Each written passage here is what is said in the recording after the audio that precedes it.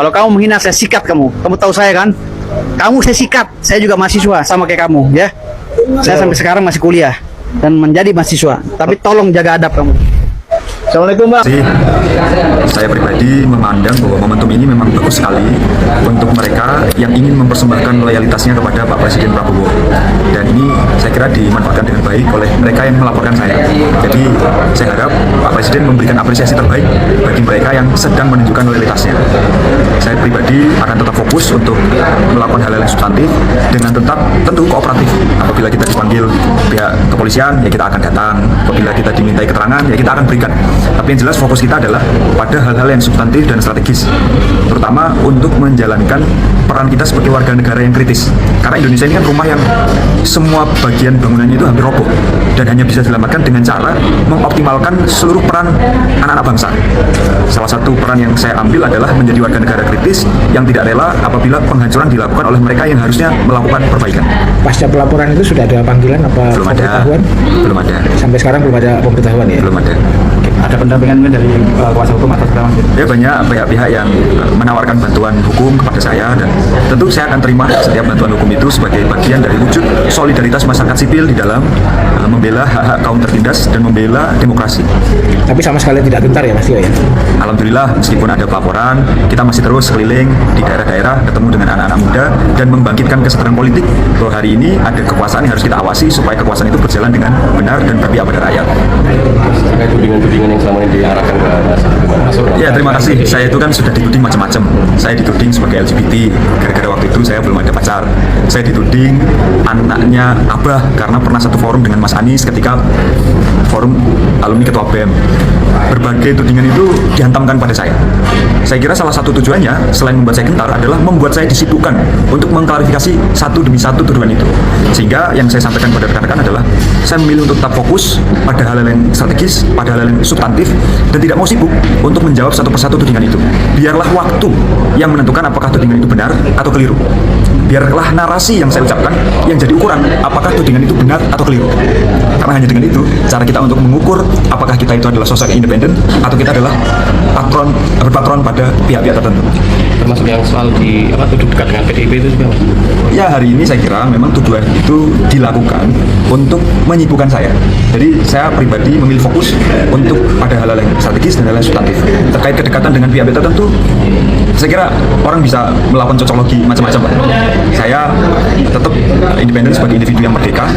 Yang prediksi saya Tio tidak akan jadi tersangka, tidak akan ditahan karena laporan-laporan ini ya sepertinya cuma lapor-laporan. Dan mungkin secara pribadi Tio hari ini sudah mulai tertekan, dia sudah mulai jarang tampil gitu ya. Dan itu yang diharapkan oleh pihak-pihak terkait supaya Tio tidak terlalu vokal dan tidak lagi bicara soal maling berkedok gizi. Pihak sekaligus. Yang pertama oleh Firdaus Oiwobo dan kedua oleh relawan Garda Prabowo.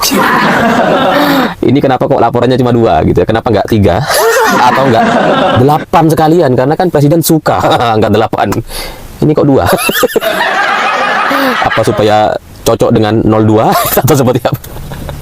Tapi laporan ini pada prinsipnya dan tujuannya kurang lebih sama seperti yang sudah pernah dilakukan oleh 3 orang menteri dan 10 BEM yang diduga palsu itu. Pada intinya sama saja, semuanya ingin menyerang Tio, ingin membuat Tio tidak berkutik.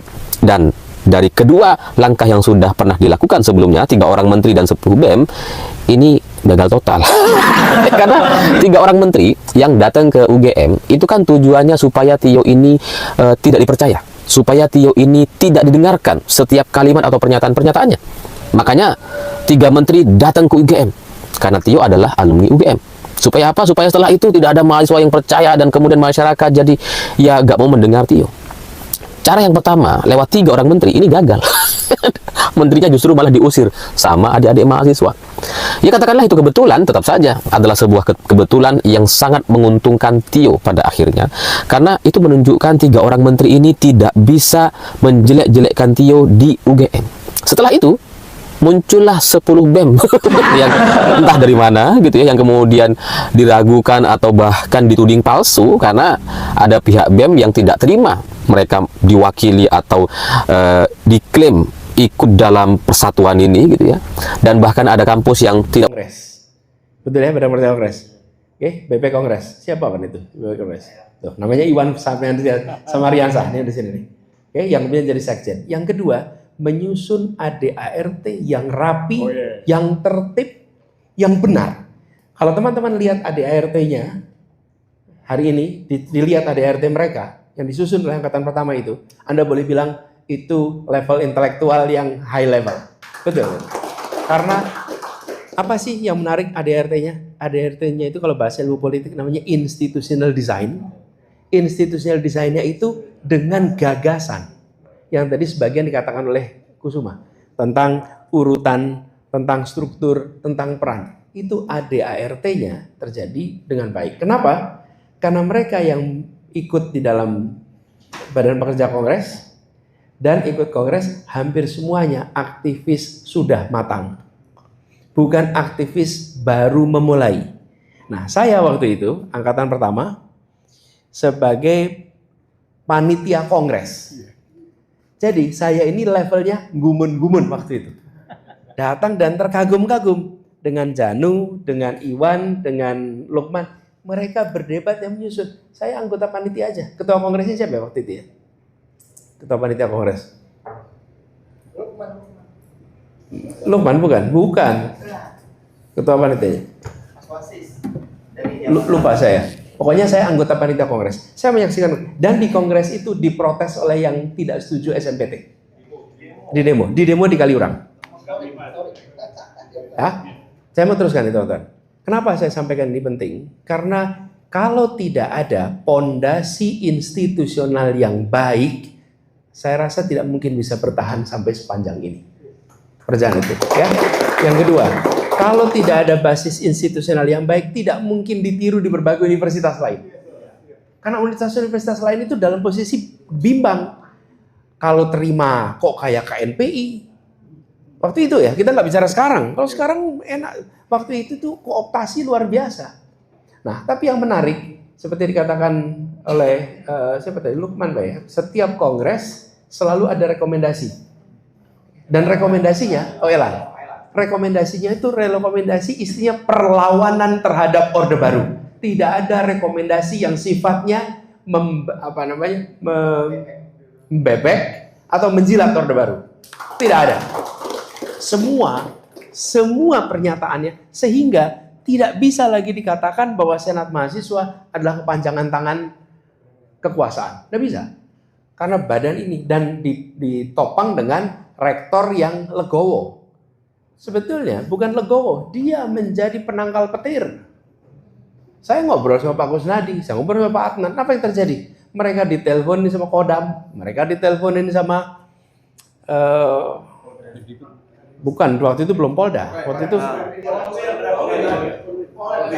tentara. Garnisun, mereka ditekan oleh mereka. Mereka itu rutin ditekan. Mereka penangkal petir. Tapi untungnya mereka penangkal petir. Tidak diteruskan aliran listrik itu pada mahasiswa. Itu berhenti di mereka. Coba kalau misalnya mereka habis itu, terus mereka wujudkan loh, mereka udah ya berhenti. Enggak. Oke. Jadi angkatan pertama ini, menurut saya tidak bisa dipungkiri pondasi utama. Karena itu saya bersyukur sekali pada saat pertemuan hari ini tuh Formas Ketir ini lengkap hadir di sini. Janu, Kusuma, Iwan dan Lukman. Tapi juga mereka orang paling dimusuhi oleh UGM waktu itu. Ya. Jadi seniornya Anin, Adiat Moro ini semuanya itu memusuhi mereka, melawanilah mereka. Enggak, tapi ini yang dibilang sama Janu sebagai sesuatu yang dinamika pada waktu itu. Nah, saya mau garis bawahi di sini kenapa itu mendasar. Dan yang kedua, ada satu yang tidak kalah penting. Adanya ospek universitas pertama kali. Oke, tahun 1990. Oke. Ketuanya namanya Lukman Hakim Hasan. Ini ketua pertama. Kenapa? Selama bertahun-tahun.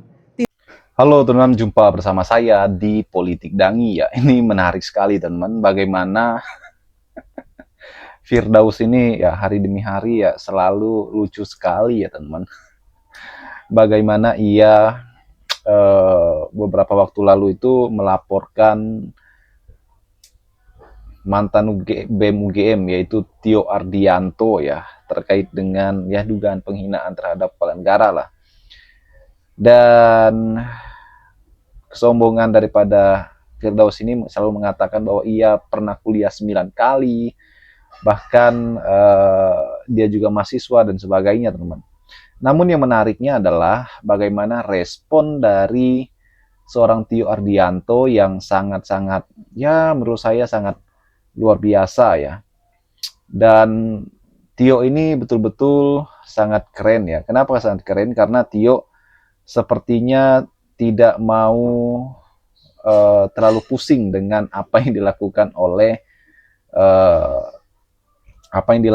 oleh seorang Firdaus, teman-teman ya. Tio selalu mengatakan bahwa ya kita ikuti aja ya kan, kita ketika ada panggilan ya tinggal ikuti aja, tinggal datang untuk memberi keterangan ya. Seperti itulah yang dikatakan Tio. Tio ini adalah anak muda yang sangat keren, teman-teman ya.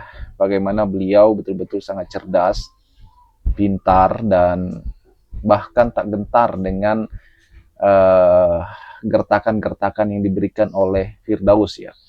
Bagaimana Tio ini ya mahasiswa yang sangat berani sekali memberikan kritikan kepada penguasa, dan tentunya mendapatkan apresiasi ya dari berbagai kalangan ya. Menurut saya Tio ini adalah anak muda yang berani ya, calon pemimpin masa depan. Karena kita melihat bagaimana potensi Tio ini nggak main-main, teman-teman, nggak kaleng-kaleng ya. Tio ini kalau kita melihat beliau betul-betul menjadi orang yang mahasiswa yang betul-betul integritasnya ya, beda dengan mahasiswa yang di sebelah yang dipanggil Wapres pada saat yang lalu, kemudian akhirnya kan ketahuan kalau beliau itu ada yang membayar ya, oknum-oknum lah, dan itu ramai sekali, teman-teman, kalau teman-teman lihat. Namun Tio tidak seperti itu ya. Bagaimana Tio ya tetap komitmen dengan apa yang ia sampaikan ya, tanpa ditunggangi oleh siapapun. Dan menurut saya ini sangat keren, teman-teman. Tio bahkan menjadi pembicara di mana-mana, dan ini contoh anak muda yang berani, contoh anak muda yang betul-betul bersuara demi kepentingan rakyat. Bagaimana menurut kalian?